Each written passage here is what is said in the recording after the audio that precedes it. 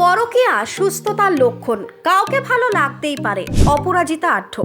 পরকীয়া দিয়ে আলোচনা সমালোচনা শেষ নেই। সামাজিকভাবে শব্দটি ঘৃণ্য হলেও পরকীয়া মানব জীবনের অংশ হয়ে উঠেছে ধীরে ধীরে। অনেকেই বিশ্বাস করেন পরকীয়া একটি নিকৃষ্টতম পন্থা, আবার অনেকে পরকীয়া সমর্থনেও কথা বলেছেন। অনেক সময় ভালোবাসা যে কোনো সময় যে কারো সঙ্গে হয়ে যেতে পারে। এমনিতে বিয়েতে থাকাকালীন নতুন সম্পর্কে জড়ানোকেই পরকীয়া নামে অভিহিত করা হয়ে থাকে। বহু বিয়েই ভেঙে যায় এই কারণে। বিনোদন অঙ্গনে পরকীয়া একটি চিরচেনা শব্দ, তারকাদের মধ্যে এর প্রভাব অনেক বেশি। তবে পরকীয়া সমর্থনে প্রকাশ্যে কথাও বলেছেন অনেক তারকা, যেমনটা সম্প্রতি পরকীয়াকে সমর্থন করে নিজের মতামত জানিয়েছেন কলকাতার বিখ্যাত অভিনেত্রী অপরাজিতা আঢ্য। সম্প্রতি পরকীয়া নিয়ে এক সাক্ষাৎকারে বাংলা সিরিয়ালের জনপ্রিয় অভিনেত্রী অপরাজিতা আঢ্য জানান, পরকীয়া সুস্থতার লক্ষণ। যদিও অনেকেই তার এই কথায় ক্ষেপতে পারেন, তবে অপরাজিতা কিন্তু যুক্তি দিয়ে বোঝালেন নিজের মন্তব্য।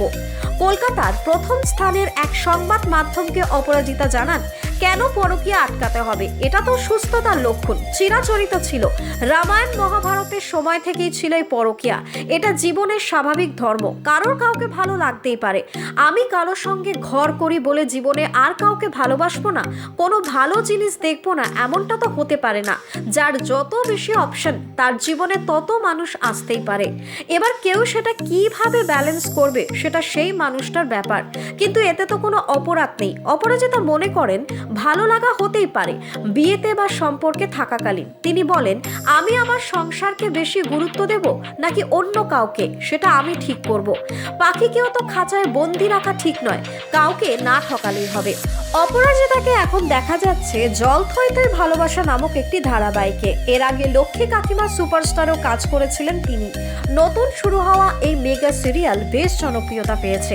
অপরাজিতাকে দেখা যাচ্ছে কোজাগরীর চরিত্রে, মধ্যবয়স্কা এক নারী যে জীবনের প্রথমার্ধে স্বামী, সংসার, সন্তানকে নিজেকে ঢেলে দিয়েছে, যার জীবনী শক্তি অফুরন্ত, গোটা পরিবারকে বেঁধে রাখে, বিপদে পিঠ দিয়ে আগলায়। Bureau report, target Bangla news. পরকীয়া সুস্থতার লক্ষণ, কাউকে ভালো লাগতেই পারে। অপরাজিতা আঢ্য। পরকীয়া দিয়ে আলোচনা সমালোচনা শেষ নেই। সামাজিকভাবে শব্দটি ঘৃণ্য হলেও পরকীয়া মানব জীবনের অংশ হয়ে উঠেছে ধীরে ধীরে। অনেকেই বিশ্বাস করেন পরকীয়া একটি নিকৃষ্টতম পন্থা, আবার অনেকে পরকীয়া সমর্থনেও কথা বলেছেন। অনেক সময় ভালোবাসা যে কোনো সময় যে কারো সঙ্গে হয়ে যেতে পারে। এমনিতে বিয়েতে থাকাকালীন নতুন সম্পর্কে জড়ানোকেই পরকীয়া নামে অভিহিত করা হয়ে থাকে। বহু বিয়েই ভেঙে যায় এই কারণে। বিনোদন অঙ্গনে পরকীয়া একটি চিরচেনা শব্দ, তারকাদের মধ্যে এর প্রভাব অনেক বেশি।